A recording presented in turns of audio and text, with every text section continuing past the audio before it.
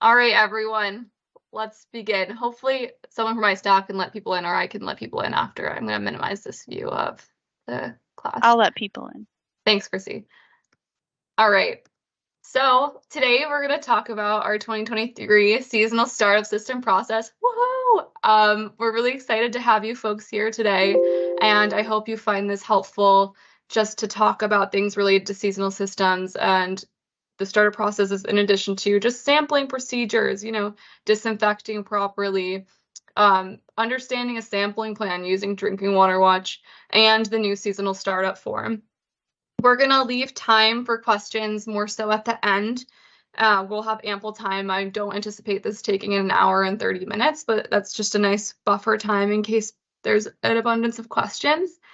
So you could send chats live and have questions, and then I will address them later on and help answer them throughout the questions. And we can go back to slides that might be more helpful and relate to the questions at hand. But we're going to jump right into this. And my name is Erin O'Neill. I'm an environmental scientist here at DWQ, Center for Drinking Water Quality. And I largely help with level 1 assessments under the revised total call form rule. In addition, help provide technical assistance, like today, leading the seasonal startups and helping out in those aspects as well. And then I'm also the radionuclides rule manager, which is like applicable to community water systems. So most of you probably don't have to deal with me in that regard. And then I'm also here with support from my supervisor, Chrissy Miller. I'll let her introduce herself, but I have her on the line in case I need to phone in any RTCR related questions, as she's the expert and can impart some wisdom. Chrissy, I don't know if you want to say hi. Hi, I'm Chrissy. I'll take my camera off. Hi.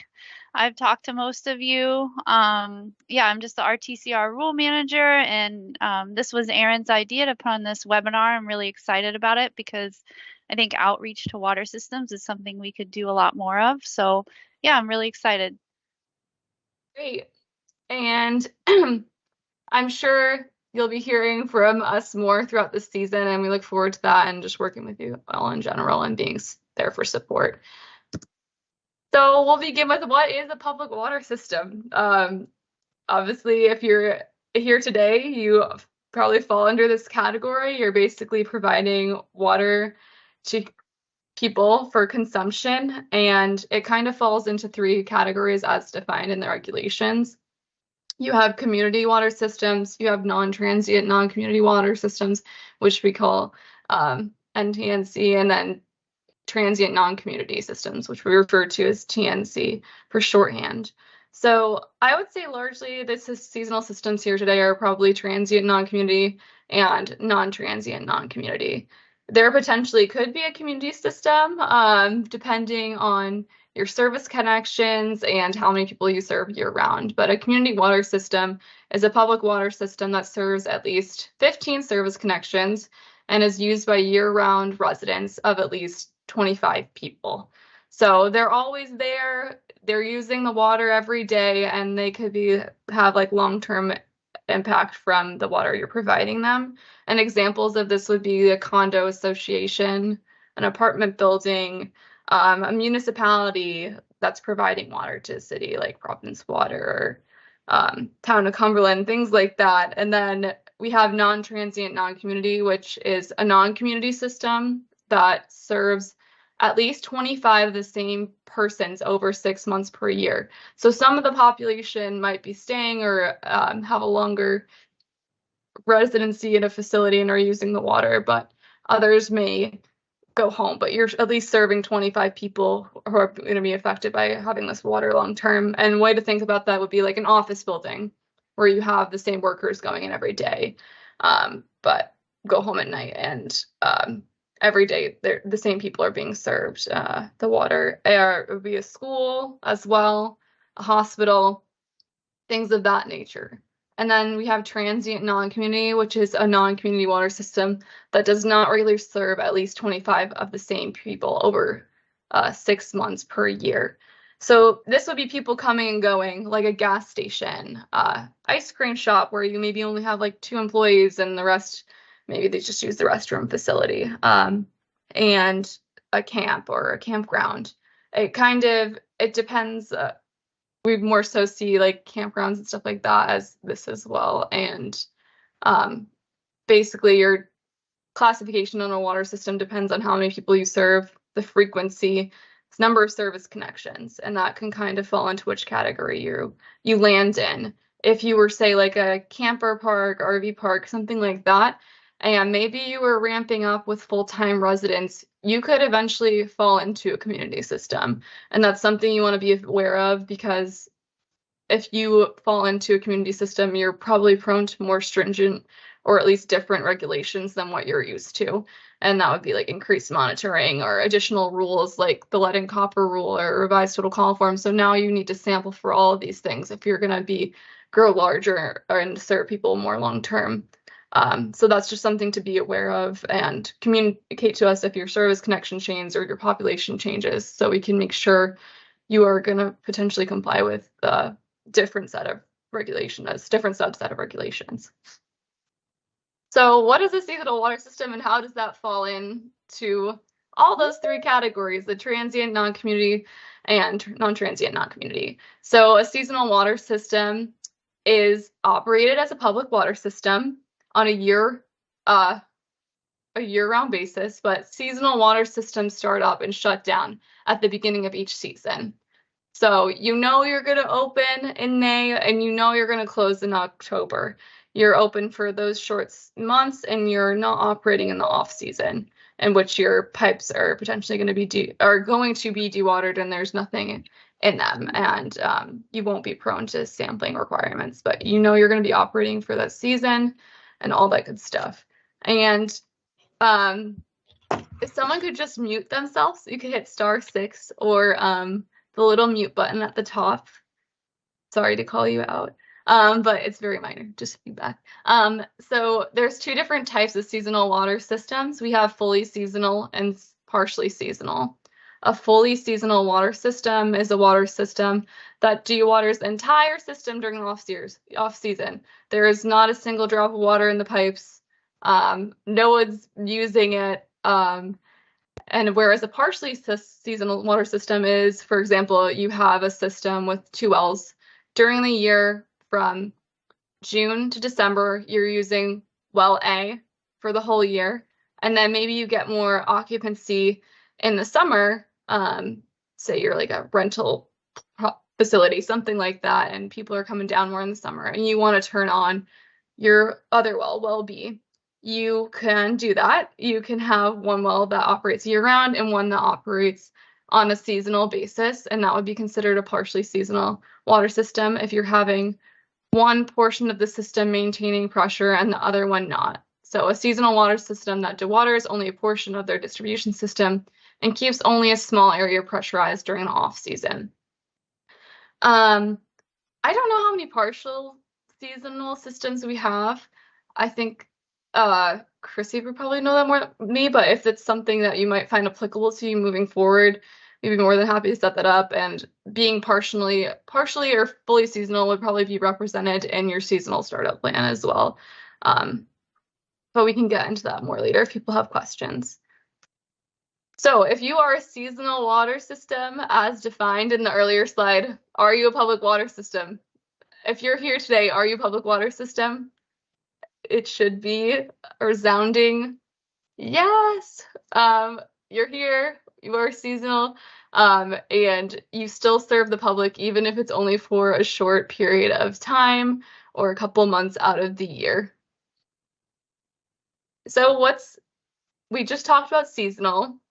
We also have another fun classification called active non-operational. And I'm going to highlight the differences between these two things. So this thing called active non-operational, it is a classification in our office that's different from seasonal. If you were active non-operational, we refer to it as A&O. You are typically closed for a prolonged and typically unknown period of time.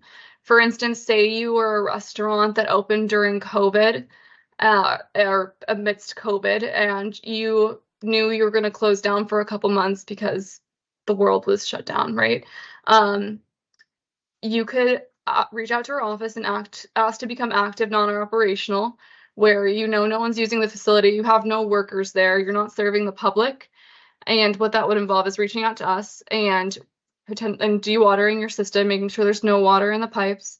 And then you wouldn't have to follow your sampling requirements while being active non-operational. But when you revert back, say you didn't know when your business was going to open up again, that's when you would do A&O if you didn't know when you were going to go back to that, or if a tenant moved out and you weren't sure someone was going to occupy that building again.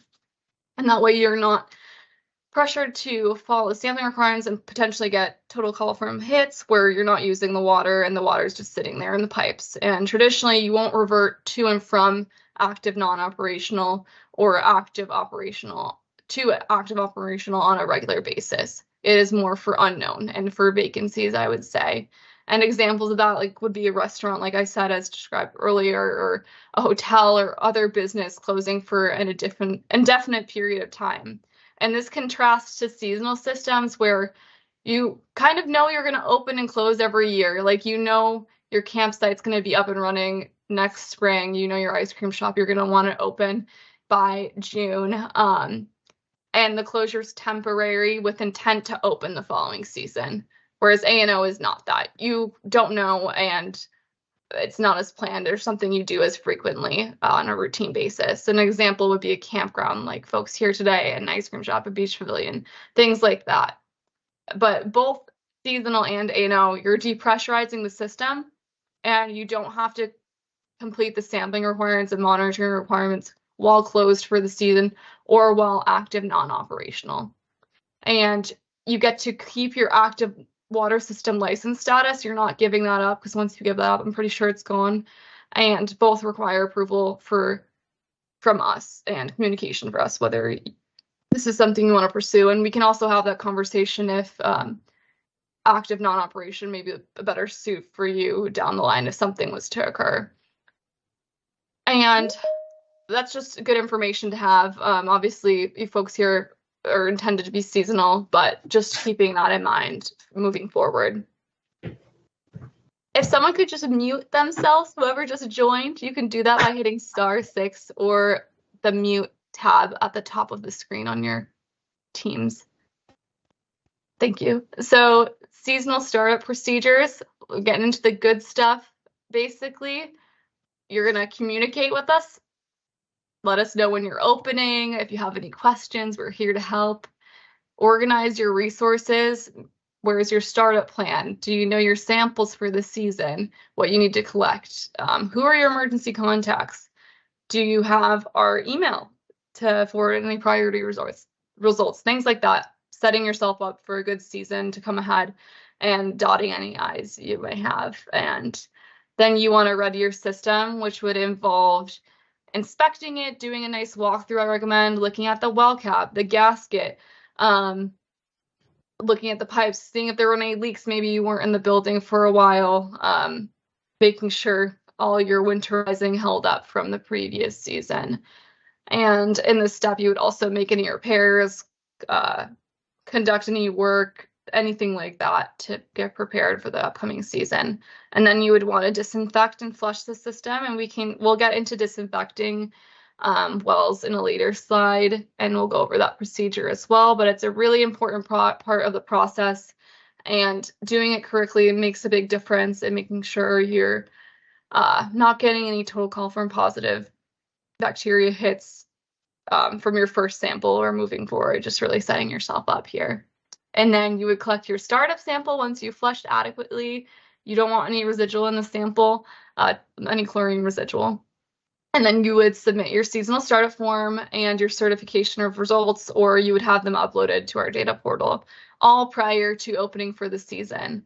And that's our little overview. And I cannot stress, it's so important to follow your state-approved seasonal startup plan. If you don't have one, you should if you are not new. If you don't have one, make one as soon as possible, send it in to us, and that basically has your to-dos for the season, like where I need to sample, when I should sample, do I need to contact X lab to get them to come out, who is the person who's going to disinfect our system.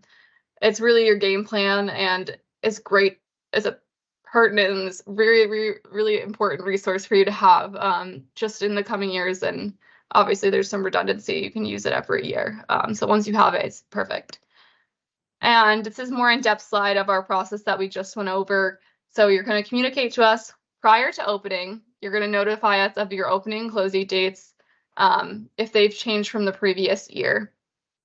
Otherwise, we just assume that you're opening on the same day as last year, and that's a part of this new seasonal form, which we're going to cover up later.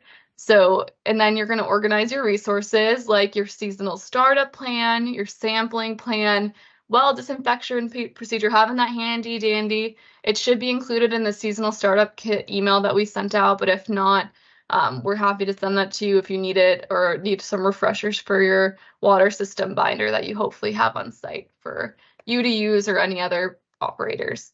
Your emergency contact list, who to reach out to, operators, administrative contacts, people from our office, like myself or Chrissy or the front staff. And then you're going to check on Drinking Water Watch, which is our tool, public facing, and anyone can use it. Water systems like that has your schedules on it, any violations, lots of good stuff on there. That's a handy dandy tool if you've never used it. And I'll show you, I'll plug Drinking Water Watch and I'll give us a little demo probably in the next slide or two. And you're going to prepare your system, ready your system by inspecting your wells, your storage tanks, your pressure tanks, any treatment. If you have cartridge filter, putting a cap full of bleach in there every time you change it is a really good tip. Just things like that to make sure you're in good shape. Check out your sample taps, make sure they're not leaking or dripping, or maybe you have a wonky faucet that needs to be replaced. That'll improve your sampling experience and results and minimize the chance of positives. And you're going to conduct repairs and complete any outstanding corrective actions that maybe you had from the previous year that need to get addressed now in this new opening season.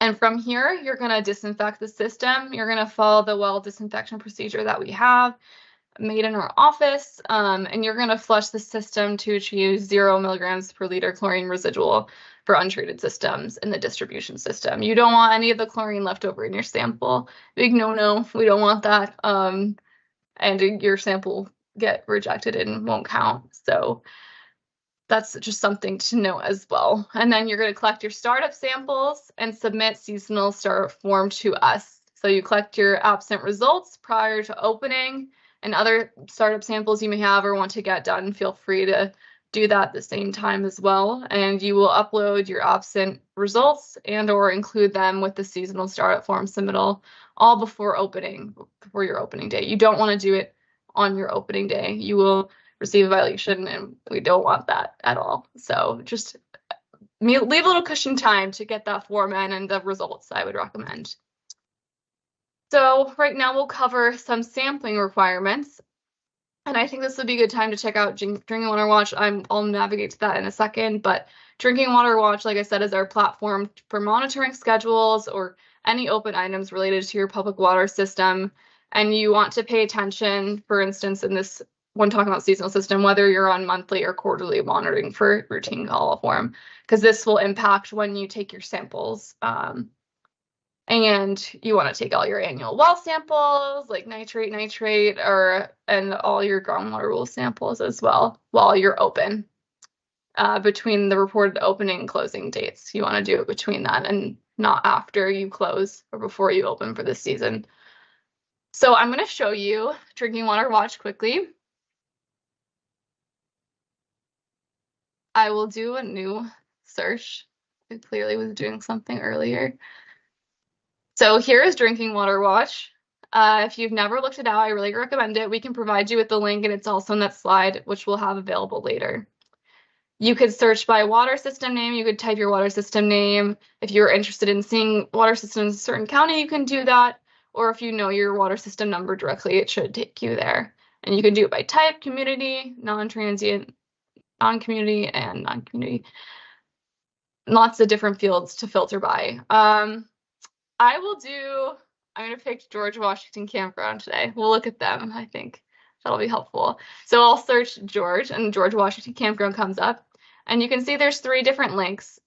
This link here, which is the PWS ID number, will bring you kind of to the main page where you can navigate schedules, NOVs, compliance schedules, results, if you click that. And this link, the second link, that's this fact sheet, is just a short little summary page for the water system. I would say I don't use that as frequently, but the great one for you to use, current monitoring schedules. This will tell you exactly what you need to sample for upcoming seasons. And also at the top here, we have your water system information and type and all that good stuff. So here's the nitrate samples. Most smaller systems, you're really looking at nitrate, and total coliform. And you can read this saying 1 routine sample every 3 years and required period in 2023. So that's when you need to sample. And there's a recommended quarter for when that needs to be conducted, which looks like 7/1 to 9/30 Q3. And it's a really great tool, and it tells you where you need to sample over here in the facility. Up top, you can see this is our coliform sample schedules, and you collect that from the distribution system, which it tells you, and it's ongoing, and it tells us the seasonal period in which they need to collect samples at a frequency of 1 routine sample per month. So I really highly recommend using this as a resource. If I were to click the PWS ID, that takes us to a different page. And up here are a bunch of links in yellow that you can explore. And if you scroll below, it's more water system specific information, like operating periods, the service area, etc. But I would say the most frequent things to be used in this instance would be violations if you're having some difficulty, enforcement action, coliform sampling results. You can click that and you can see absent results. Terrific. Good job, George Washington.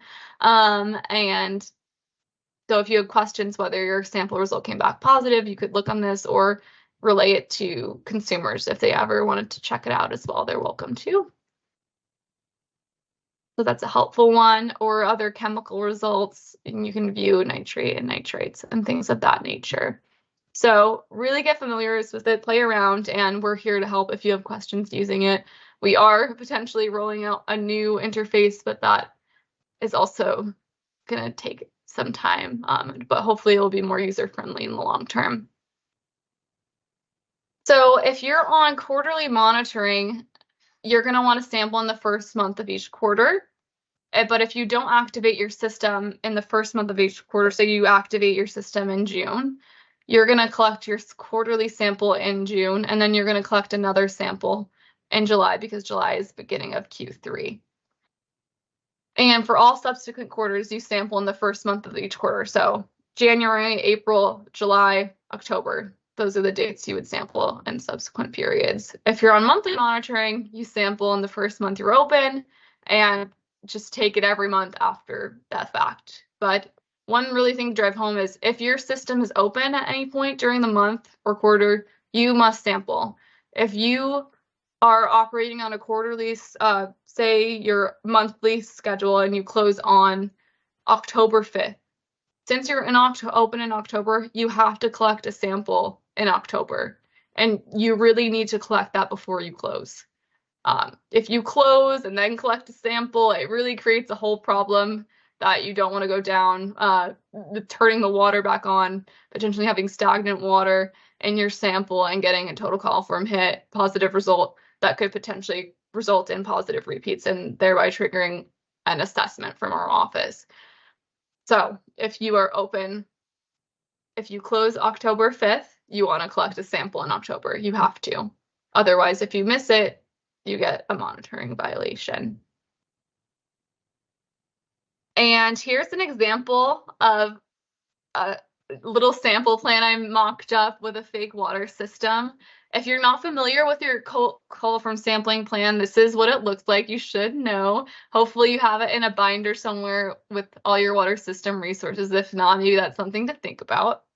And I can go over how to read it, as well as if you ever needed to update it, that is something you would reach out to us about, and you would need our approval at the end to sign off on it to make sure it all looks good. So up top, you have your water system information, your name, you pick what kind of water system you are, like we talked about today, if you're a community, a transient non-community, a non-transient non-community, and there's also sections for a transient non-community fully seasonal and a transient non-community partial seasonal. If maybe you still did not fit into the TNC category, maybe you were NTC, we could write that in or adjust that. Maybe that's something to note for modifying the form in the future as well. And then you pick what kind of public water system you are. If you have groundwater with no treatment, like no chlorine or any hydro filters, things like that, or softening, you would pick that. Or if you have groundwater with UV, there's different options for the type of water you have. And then there's the administrative contact name and personnel, and that is like our go-to person to mostly reach out to with any questions, and our documents go forward to them as well. And your population that you serve, which impacts the category you are as a water system, community, non-transient, non-community, or community, and the number of service connections. So if you're connected to multiple buildings, things like that, that's where you would update that. And you include your sampling frequency. You sample once a month, once a quarter, and you include the lab ID of what you use, whoever that may be, the Department of Health lab, Ball lab, ESS, you name it, anyone, whoever you use. And then this over here is your sampling site information. You can see on the left column, you have primary sampling site, routine original, RTOR, that's what it stands for. So the hand wash sink in this instance, this is where you're always collecting your routine sample that you collect every month or quarter. If you were to get a total coliform positive from this sample, you would need to collect repeat samples. And that is where the adjacent columns over here come from in rows. Your repeat and sampling sites, known as the repeat original, which is the same as your routine site. So it would be the hand wash sink. You would collect a sample from the hand wash sink, and then you would collect two samples, one from the repeat other upstream, which is the closest to the source. I always get that confused. In this instance, I wrote the bar sink. And then it's the repeat other downstream, which would be the furthest away from the source and would be the bathroom sink. So your routine original is sandwiched between those upstream and downstream sites. It's between.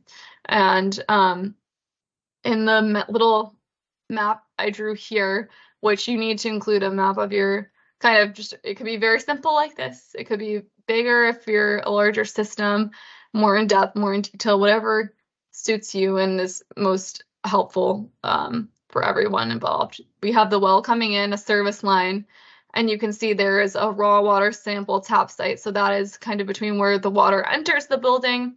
You have probably have a backflow preventer and then your storage tank. That's kind of the best place to have your raw water sample tap, because that water is indicative of the water coming directly from the well prior to any other taps or connections.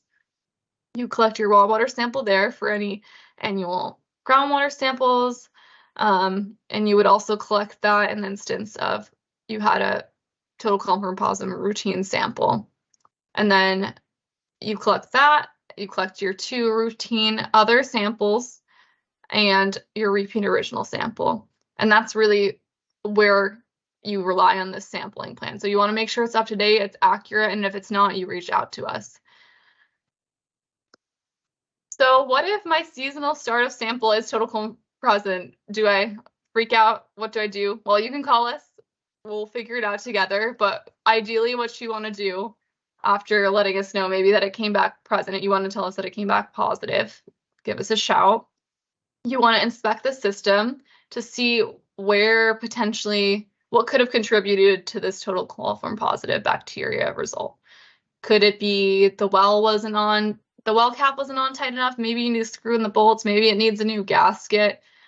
Maybe there's a new break somewhere, or maybe the water has been like just sitting too long and stagnant prior. Maybe this seasonal startup plan didn't get followed as adequately as it should have. You want to fix or address the issues that may have led to the total coliform positive result, and then you want to disinfect again. Really important to make sure you kill off anything prior to collecting the next sample. And then you want to submit the total call form absent results to us, and you do not serve the public until a total call form absent sample result is received and submitted to us. You want to let us know that it came back absent, and then we give you an okay that you're all set to open for the season and have a great year. But it is really important that you address any issues before you just disinfect again, and collect another sample. You don't want any more positives coming down the line. You really want to find the source of the issue and move forward. So we can go over quickly the well disinfection procedure. I just wanted to jump in and say that that process is just if you get a positive result and you're not open yet. So this would be what you follow if the seasonal system's not open yet, you sampled and it's present, you would tell us and follow these steps. And if you're open, it's a completely different process. You have to do the repeats and things like that. Thanks, Christy. Yes, that's a great point. I appreciate it. If you're open, it is a different ballpark where that would involve repeat sampling.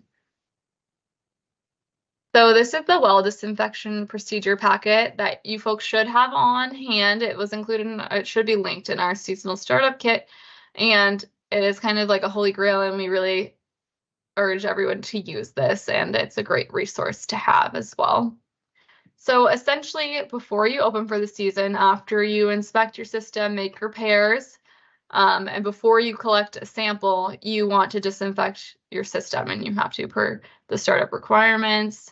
And it involves you shutting off the well and taking a 5-gallon bucket and calculating the amount of household liquid bleach to be used. And on our packet, we have kind of a matrix to determine how much bleach should be used, and this should be unscented, uncolored, anything like that. No additives in the household bleach. You would determine how much to use by using the matrix, and you would find out how deep your well is in feet. If it's, for instance, it was 20 feet deep and it had a 6-inch diameter, you would use 4 ounces of bleach. And you would then, depending on the strength as well, we have different matrices depending on the concentration of bleach. You would take that and put that amount of bleach in a 5-gallon bucket. You would fill the 5-gallon bucket with water. You would then remove the well cap if you haven't done so already, and you would pour that mixture down the sides of the well and into the well. And then you would turn on the power again to the pump and take a hose and recirculate that chlorinated water throughout the well and system. And you would kind of run the hose on the sides of the well as well to get any gunk or bacteria that may have been clinging to the sides of the well, just make sure that's disinfected as well. And you'll run that and recirculate that chlorinated water from the hose into the well for about 15 minutes or so. And you will turn off the power from the pump again and put the cap back on, and then you would go inside and kind of run the taps till you smell chlorine. So you make sure that that chlorinated water kind of has reached all parts of the distribution system. And once you smell it from the tap, you can turn off the faucets, and you're going to let it sit there overnight. Really a minimum of 8 hours. That's why we recommend overnight, because people won't be using the water, right, if they're sleeping and stuff like that, most likely. And you can give them a heads up that you'll be doing this process as well if anyone's impacted by it. And you let it sit. Make sure you're killing off anything, all the bacteria, and then you're going to pump the well to waste. And you want to do that away from the well, so you're not impacting that directly. And you will basically just want to keep running that water to waste to get rid of all the chlorine residual. And away from your septic. Yes.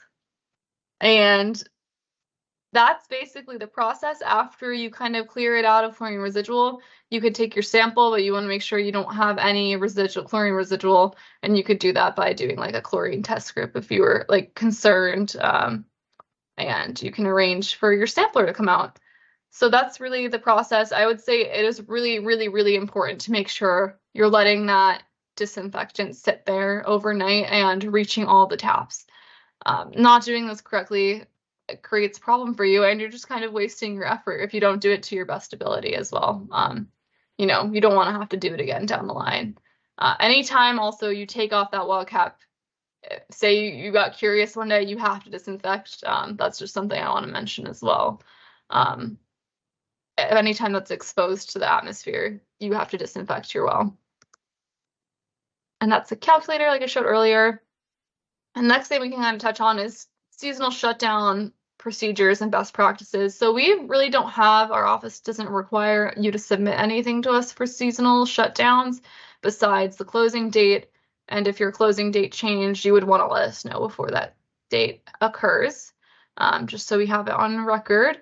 And so you don't potentially have to collect a sample when wasn't necessary and vice versa. So you collect your final sample in the required monitoring period. So if you close on November 1st, you still have to collect a November 2023 sample. You got a sample if you're open in that month or quarter that you're open before you close. So you want to inspect the water system, check it out, make sure you're leaving it in good condition prior to next year. If there's anything crazy going on, if there's a leak you might want to, or like a break, you probably want to address that before you close for the season. You want to complete any outstanding corrective actions. Say you received a notice of violation and you had a corrective action required, or part of an assessment, you had some items to do. You would want to address that before you close, and you can start off the next year fresh.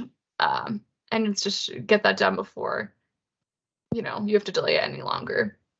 Conduct repairs, do system improvements. If you have any big improvements, that is something you should reach out to us about. If you're really modifying your system and adding treatment or you want to add a new well, things like that, definitely reach out to us about it. Don't just do it willy-nilly.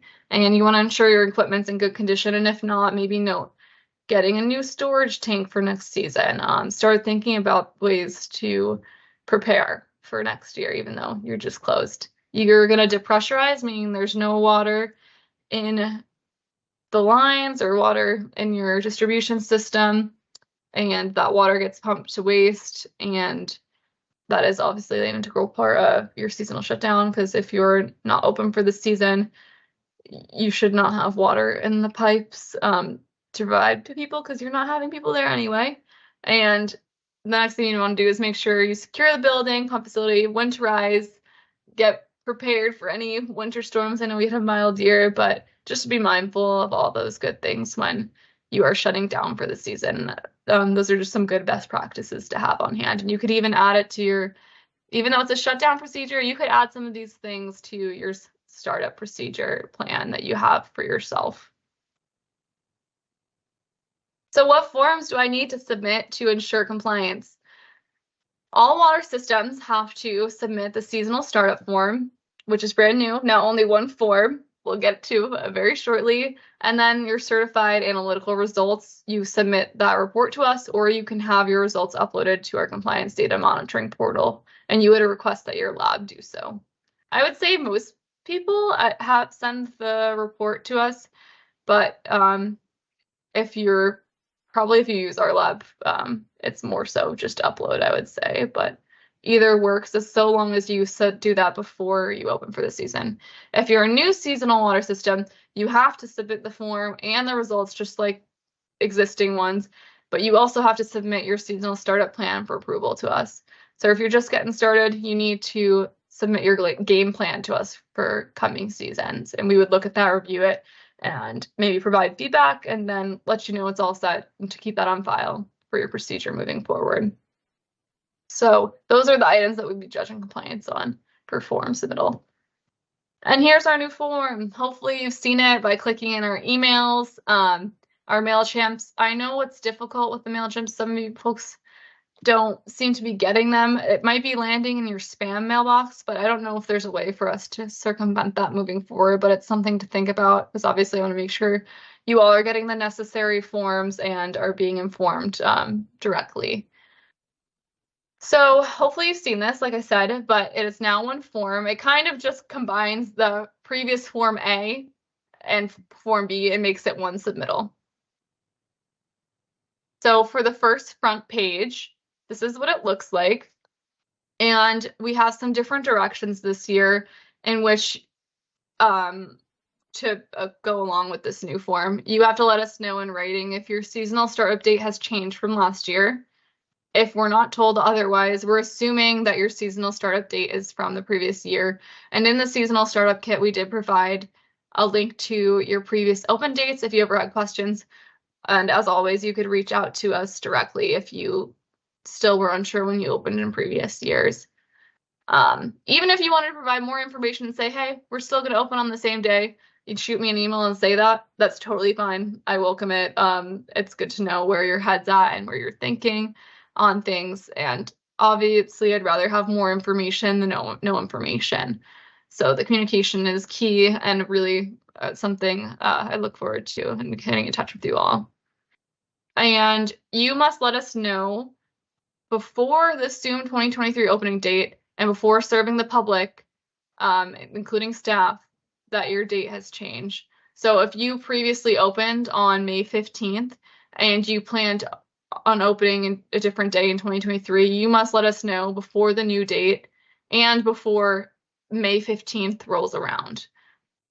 So it's a little confusing, I understand, and I'm sorry it's so tricky. It's the regs, unfortunately. But you tell us your opening date before the previous recorded opening date of 2022 and before you intend to open this year in 2023. And you have to let us know before serving the public and before that date rolls around. And then in the lower section, we have our instructions, which is to follow your startup plan. You got to complete the form to all within all of its context and contents, and you want to submit your total coliform bacteria sample.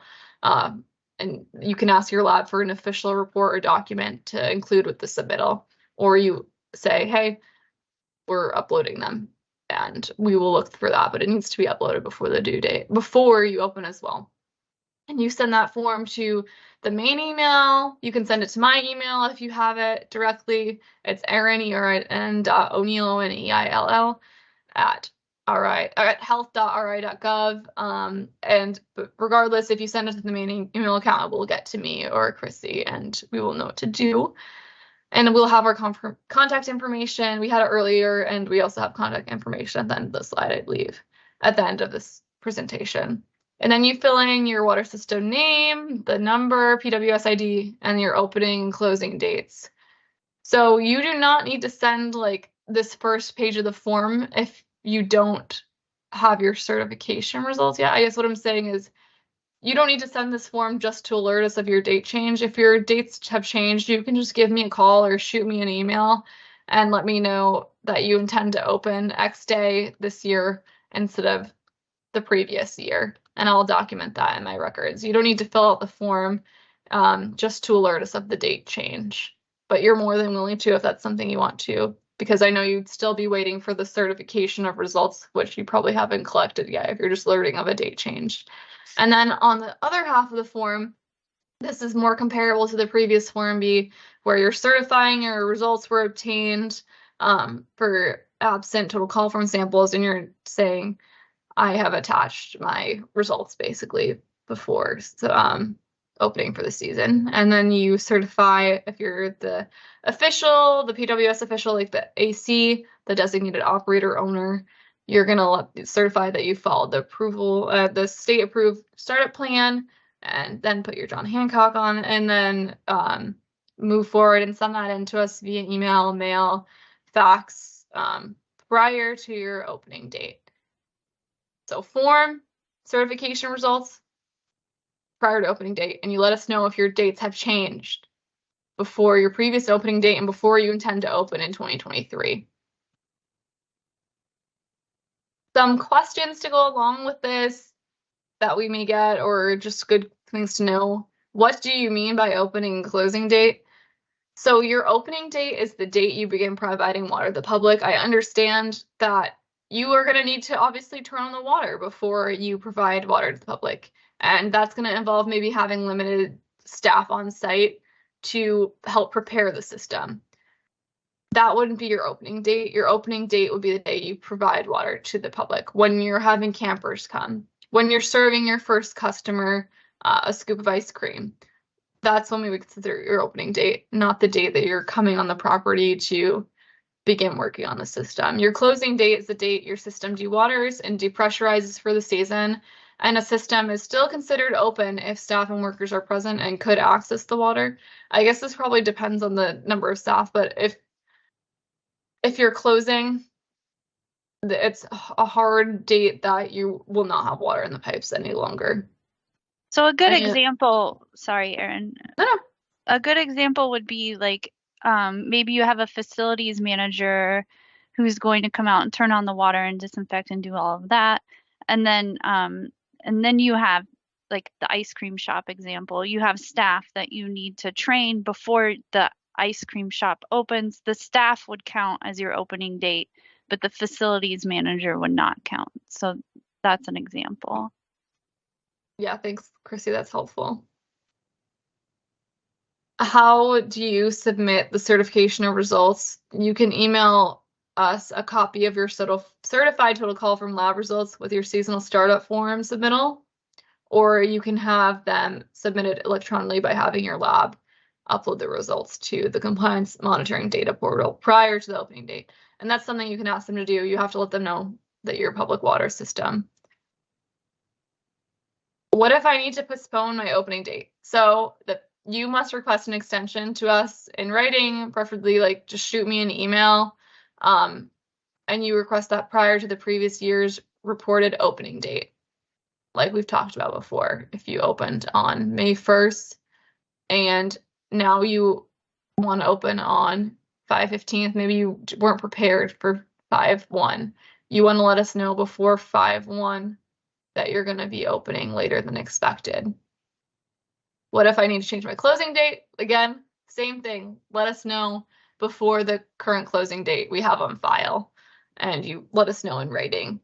Give me a call if necessary, and I can always send an email myself saying you confirm that you will be changing your opening date. But just let us know. The communication's key, and you want to do it before whatever we have in our records. And why is it important to follow seasonal startup procedures? It's a federal requirement. It's just not some hoopla we're making up. There are like consequences for the actions if maybe a procedure wasn't followed or you didn't submit the Form A, the certified startup form, no longer Form A, 4B. Say you didn't submit the form or let us know when you're opening. There are consequences like violations to be associated with it, which we're really trying to avoid this year by doing more outreach and sending reminders and doing something like this to engage you all and avoid those associated enforcement actions that may be in relation to violations for not submitting a form or for opening to the public without having absent results. And by not following your procedure, you're also risking getting total call form present sample results, which no one wants. No one wants a positive hit. You want to provide people with good water first and foremost. And as total call form are just an indicator of the source water. They're an indicator. They hang out with E. coli, so they let you know what we're looking at for quality issues. But when you follow your startup plan, you're minimizing the chance that you're going to get repeat sampling positives. Like if your first sample from your distribution system, you're likely, if you're following the rules and following the disinfection procedure and doing your maintenance and all that good stuff, you're going to hopefully avoid that positive sample. And with positive samples come repeat samplings and potential level 1 or level 2 assessments, which is an inspection of basically your entire water system. And with that, there are also like deadlines and requirements to be had. And when you get total call from present samples, you're also risking increased monitoring. So if you're on quarterly and have gotten a couple hits, total call form positives, you could potentially be moved to monthly, and it's way harder to get. It's like extremely difficult to revert back to quarterly sampling. So there's just some things to think about. Following your seasonal startup procedure is so important, and just setting yourself up for success for long term, and just avoiding any issues down the line.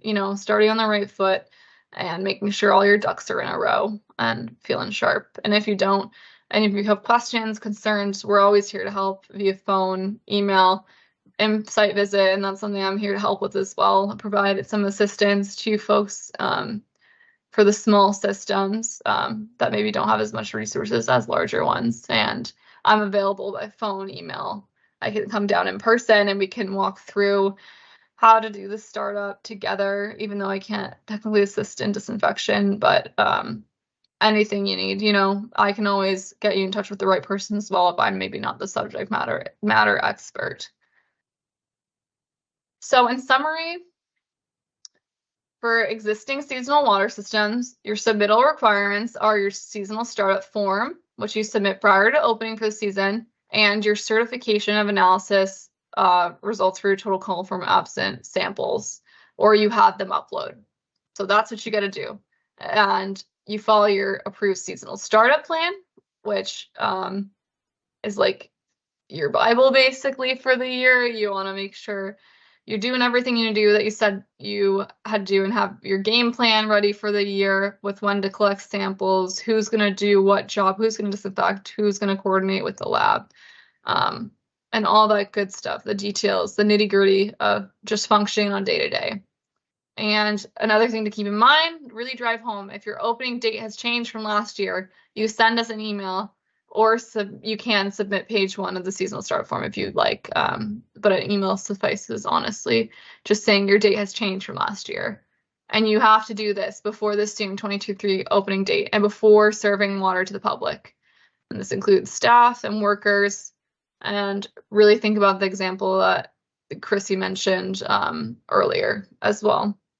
If you're a new water system, you have to do all those things, but you also have to submit your seasonal startup plan for approval and receive approval from our office before following those steps. So send your form in before you open, collect your total coliform result before you open, include that in your form submittal, or upload them to the data portal before you open. And if your opening date has changed, let us know as soon as possible and before you intend to open this year or before the date you opened in previous years. And with that, we can welcome questions, and we can go back to any slides that may be helpful to have discussion points on. No questions too big or too small. And there's our info.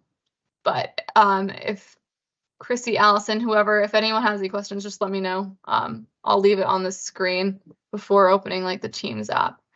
And if you're on the phone and need to unmute yourself, you can hit *6 and then hit *6 again to remute. And on the Teams app, there is an unmute function if you prefer to speak verbally rather than type questions in the chat. We have one question, Bill. Is that you? Yes. Well, first of all, can we get a copy of the PowerPoint? Is it possible? Allison, I believe so, right? We have the form. I don't know. That's approved for comms to go out, right? Yes, we will be posting the webinar slides and hopefully also a recording on our RTCR webpage that has seasonal startup information.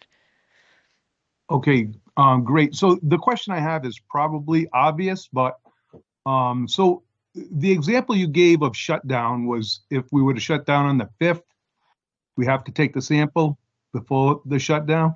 What if we were to take the sample on the 4th and shut down on the 5th and it came back total coliform positive? You should wait to shut down until you get the results. So usually what happens in that instance, that has happened before, the system would trigger a level 1 assessment, but it wouldn't be due until they open the next year, or a level 2 assessment if they've already triggered a level 1 assessment. So you really should collect those samples if you're going to shut down on the 5th, on the 1st, giving yourself enough time. But in that example, the system would trigger for not collecting repeats, most likely, if you've already shut down. Okay. All right. Thank you. Thank you.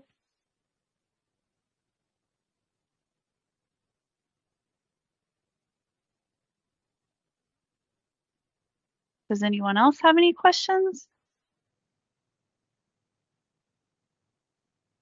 Does everyone feel confident when they're opening this year, and any concern with reporting the dates? I know the lingo is just inherently confusing and there's no way for us to avoid it. the directions are a little convoluted, but hopefully this helps a little.